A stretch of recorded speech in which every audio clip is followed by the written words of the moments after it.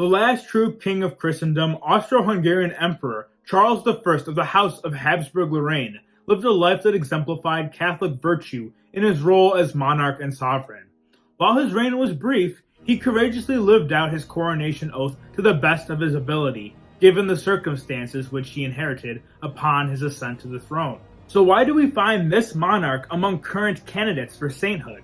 Catholic saints serve as role models to Christians in the modern day, and Blessed Charles of Austria lived a life that is most definitely worthy of imitation in our modern day. At his core, Charles of Austria was a statesman, soldier, and family man. He lived a life devoted to the Sacred Heart of Jesus, a life of sacrifice and suffering in search of peace and protection for his people. And above all else, he lived his life doing the best he could to always follow the will of God. Blessed Charles is on the path to sainthood, and with everything going on in our world today, we desperately need men and world leaders that will imitate his life's example in the modern day. Blessed Charles, or as he is otherwise known, Blessed Karl, was born in 1887. At the time of his birth, it was never expected that young Charles would become emperor. The current emperor of Austria was Charles's grand uncle, Franz Joseph, and the throne was expected to pass to his son, Crown Prince Rudolf, and so on and so forth. But that all changed when Prince Rudolf died unexpectedly without an heir. Now Charles's grandfather was next in line for the throne, followed by his uncle, Archduke Franz Ferdinand. And well, if you know anything about World War I history, you know that Archduke Franz Ferdinand's death was the catalyst that led to the whole world going to war. Charles's grandfather died in 1896, his father died in 1906, and his childless uncle, Archduke Franz Ferdinand, died in 1914 on the onset of the war.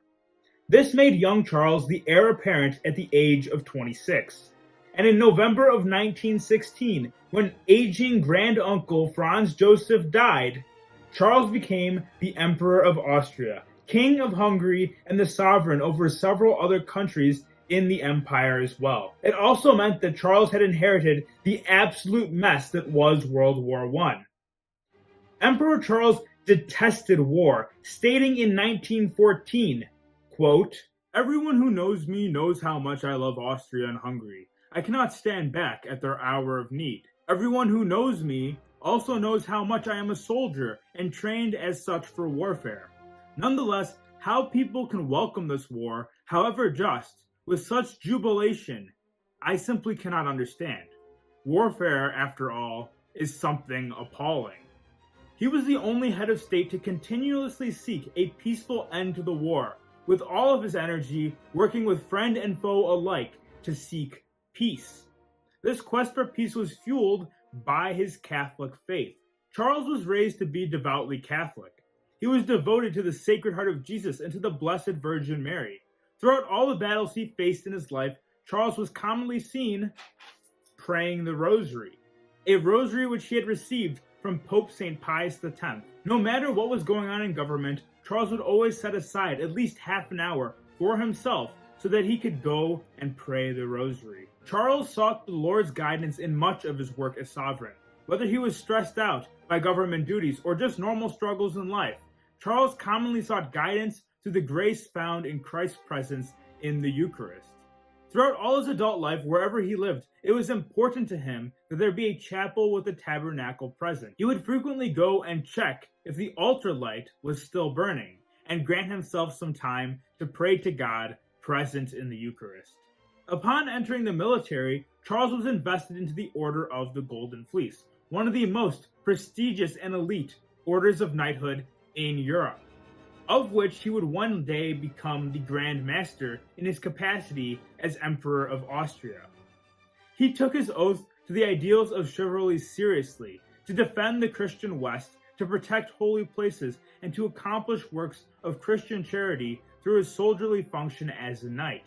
Yet this was not the only oath Charles would take. His coronation oath was one which Charles took seriously, all the way to the grave. Before his anointing as king, he made a sacred pledge to his people to always preserve justice and strive for peace. It was a pledge he intended to keep at all costs. Ich war an allen Fronten, bei allen Truppen unserer glorreichen Armee. Ich sah alle Nationalitäten der weiten Monarchie in vollster Eintracht einem großen Ziele entgegengehen, einem glorreichen Frieden. From the time he took over as commander-in-chief of the military in 1916 until the time the war ended, along with his reign in November of 1918, Emperor Charles sought out every avenue of peace he could. He did not want any more of his people to die in this war. He did not want any more Christian blood to be spilt in Europe. He wanted peace because he believed that God wanted peace. Look at our world today. If only we had leaders with such level-headedness. Leaders who saw justice and peace, regardless of the situation they were presented with. Leaders who put God's will above their political agendas. Our world would be a much better, safer, and more holy place. Upon the ending of the war, Charles issued proclamations recognizing the people's right to determine the state's form of government. But he worded these proclamations carefully, as he refused to abdicate, later stating in a letter to the Archbishop of Vienna, quote, I did not abdicate and never will. I see my manifesto of 11 November as the equivalent to a check which a street thug has forced me to issue at point. I do not feel bound by it in any way whatsoever. The Austrian Parliament, however, went on to pass the Habsburg Law, which then formally dethroned the Habsburgs and banished them from returning to Austria. While Charles did make 2 attempts to retake the throne in Hungary, both attempts ended unsuccessfully. Now deposed and defeated, Blessed Charles and his wife Zita were arrested and exiled to the heavily guarded Portuguese island of Madeira. Charles understood this failure as a sacrifice which God had required of him, and his desire to always follow the will of God helped him accept his situation. Charles suffered slander, banishment, and poverty, but he would never renounce his coronation oath, because it was an irrevocable oath which he had taken before God. He said, quote, I will never renounce my coronation oath. The crown of St. Stephen is sacred to me. You can take my life, but never, never, never can you take away my oath and sacred crown, unquote. He spent the rest of his life praying for the good of his people. In exile, he spent much of his time with his family and in prayer. Through his prayers, Charles became convinced that God wanted him to make the ultimate sacrifice of his life for the salvation of his peoples. His personal motto being fiat, or thy will be done, he accepted.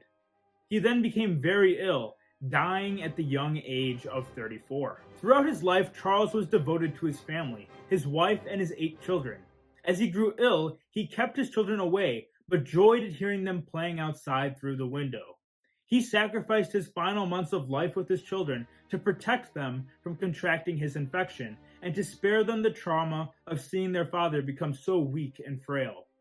Only his successor, Otto von Habsburg, was present at his father's deathbed, because Charles wanted him to see how a Catholic faces death. He died having never abdicated, never rejecting his coronation oath. He died a king and an emperor, forgiving all his enemies, saying on his deathbed, quote, I forgive all my enemies, all who have slandered me, all who have worked against me. In this, Charles exemplified the Christian virtue of forgiveness. Upon his deathbed, the prophetic blessing which Pope St. Pius X had given him so many years before, when Charles was just a young man, became true. Quote, I bless Archduke Karl, who will be the future Emperor of Austria, and who will help lead his country and his people to great honor and many blessings. But this will not become obvious until after his death. Looking at Hungary in the modern world today, I do believe those blessings have materialized. In the time since his death, the Catholic Church has continued to praise and respect Charles of Austria for his Catholic, faith-first mindset in making political decisions as sovereign. His cause for canonization began in Vienna in 1949. In 1951, he was declared a servant of God, the first step on the path to sainthood. In 1972, his tomb was opened and his body was found to be incorrupt, this meaning his body had not deteriorated in the decades since his death. In 2003, Pope St. John Paul II elevated Charles to the title of Venerable, declaring the heroic virtues of Charles of Austria and approving the first miracle on his path to canonization. This miracle was the healing of Sister Maria Zita, who found herself in such intense pain that despite her dislike of the Habsburg dynasty, she prayed for the intercession of Charles of Austria, currently a servant of God, and promising to begin a novena for his beatification the very next day. After saying this prayer, the pain which had tormented her for years was gone, and she had no health issues the rest of her life. In October 2004, Pope St. John Paul II declared Charles as blessed and declared his feast day to be October 21st, the anniversary of his marriage to Princess Zita. Pope John Paul II was actually named after Blessed Karl, with his Polish name being Karl Józef Wojtyła, Charles Joseph Wojtyła. And funny enough, that's where my name comes from. So in a way, I am named after Blessed Emperor Charles as well. In 2008, a second miracle was recognized by a church tribunal. A devout Baptist from Orlando, Florida was healed of his illnesses after a group of recent Catholic converts prayed for Blessed Charles's intercession. So now we wait and pray for Blessed Charles's canonization to be completed. The two required miracles have been presented and approved after serious investigation. It is now up to the Vatican to take the final steps and set the date for his canonization. Unfortunately, they seem to have some other priorities right now, so we must continue to pray for his cause to move forward.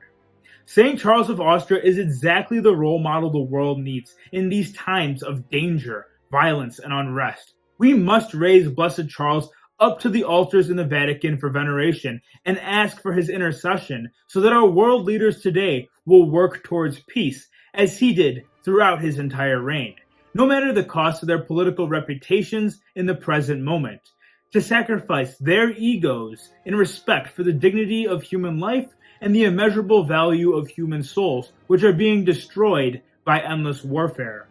The world needs leaders like Blessed Karl. Pray for peace. Pray for Blessed Charles of Austria, and pray for the Church. Deus Vult. I hope you enjoyed that video, and if you did, please leave a like, subscribe, and share the video with a friend. This is the second in our series on legendary Catholics and soon-to-be saints. If you missed it, our first episode was on the Venerable Archbishop Fulton Sheen. A link to that will be provided on screen and down below. A link to our next episode will be added once it is released. I want to say thank you to Charles Collum, whose book I used in researching this video, and I hope to see you in the next one. Take care, and God bless.